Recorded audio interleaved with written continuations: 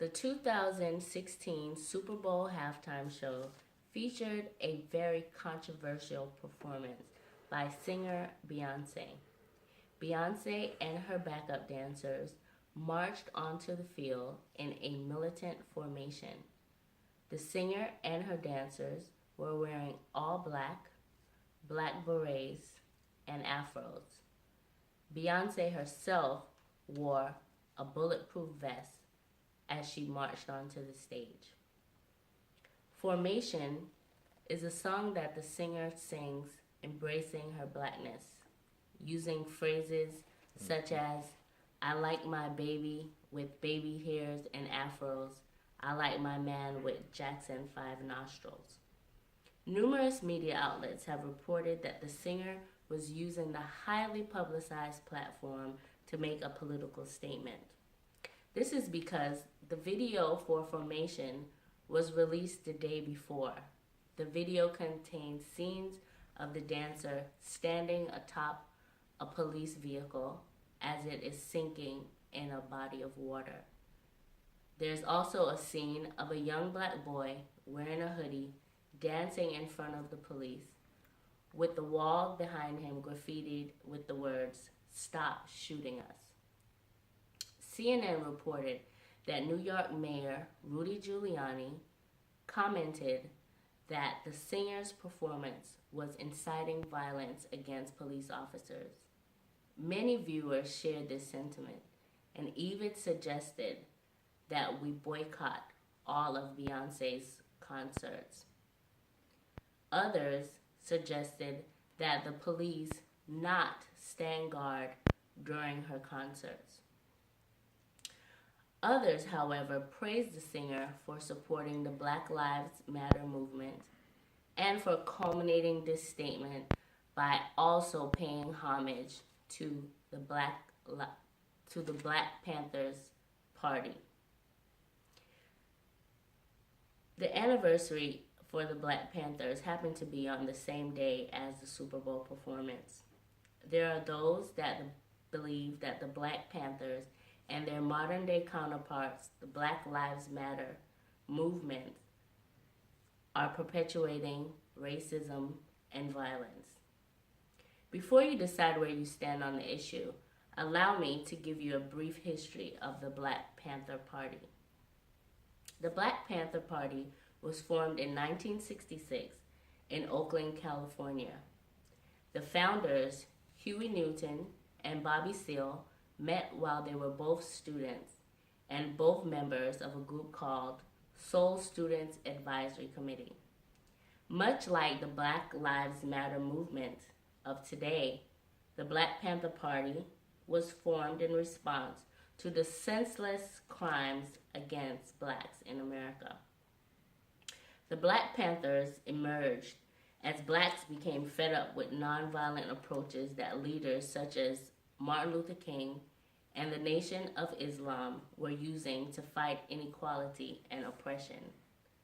Despite the fact that blacks had been given freedom, nothing seemed to change in reality.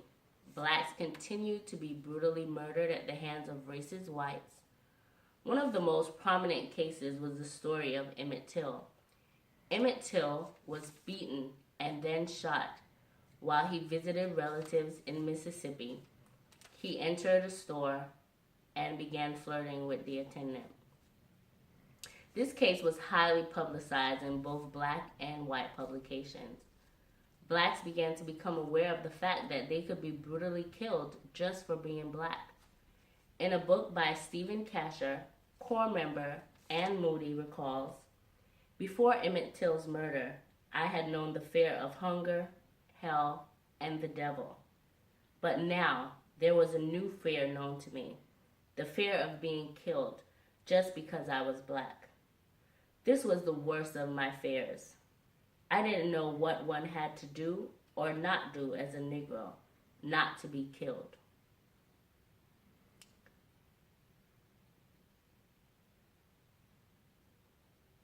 So this was the social environment of the time. Many blacks, particularly the younger generation who had not experienced slavery and who were becoming college educated, began to stand up and say, listen, enough is enough.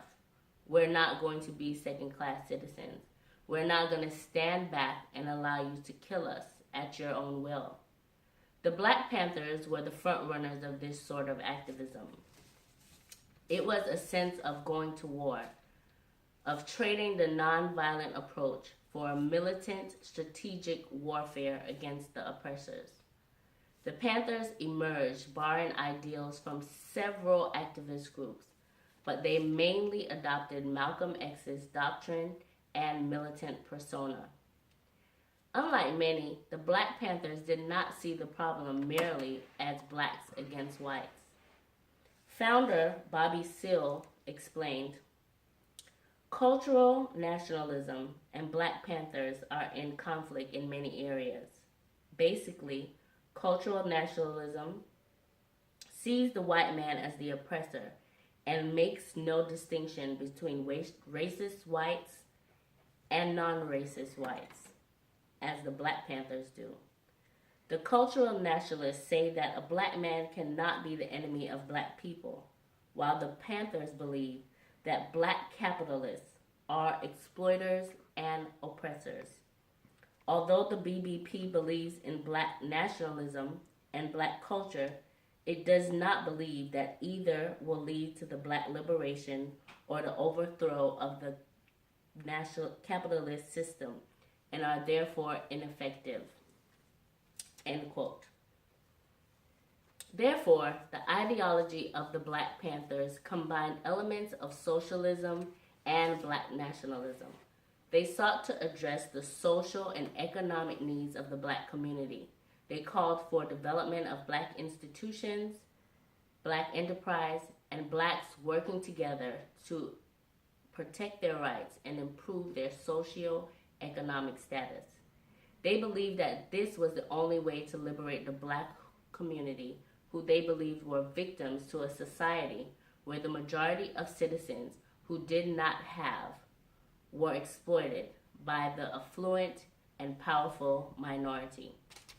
The party envisioned a socialist society where there was equal allocation of resources. Bobby Seale states that the party did not wish to fight racism with racism, but rather fight capitalism with basic socialism. The Black Panthers started 35 social programs. Among them, the most popular was the breakfast program, where they fed thousands of children nationwide before they attended school in the morning.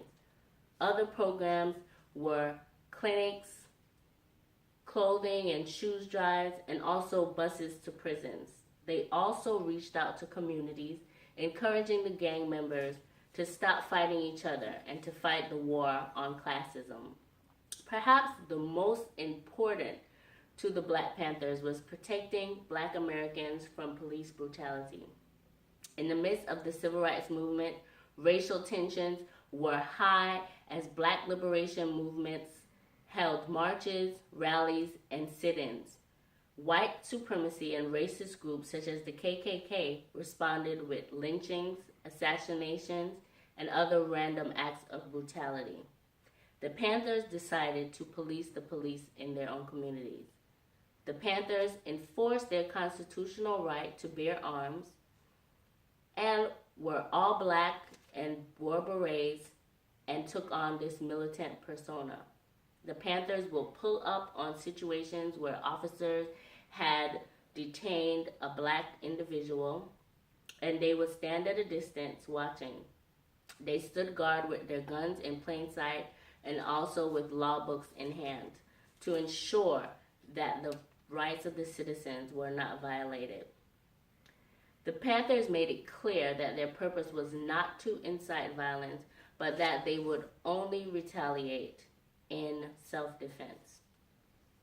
When law enforcement threatened to arrest them, they would quote the laws asserting their rights as citizens to observe the police. They even printed articles in the party publication entitled Black Panther newspaper, in which they gave citizens instructions on what to do if they were ever pulled over by the police. The Black Panthers grew tremendously by 1969. Their publications grew from 1,000 to 250,000 copies weekly. The party grew into 45 chapters, and they had 5,000 full-time employees nationwide. The party gained support from the majority of all blacks just because they were impressed by their defiant behavior. They also influenced many other revolutionary groups such as Brown Berets, Young Puerto Rican Brothers, the Young Lords, American Indian Movement, as well as white revolutions. And now today, the Black Lives Matter movement. So, what do you think of them now?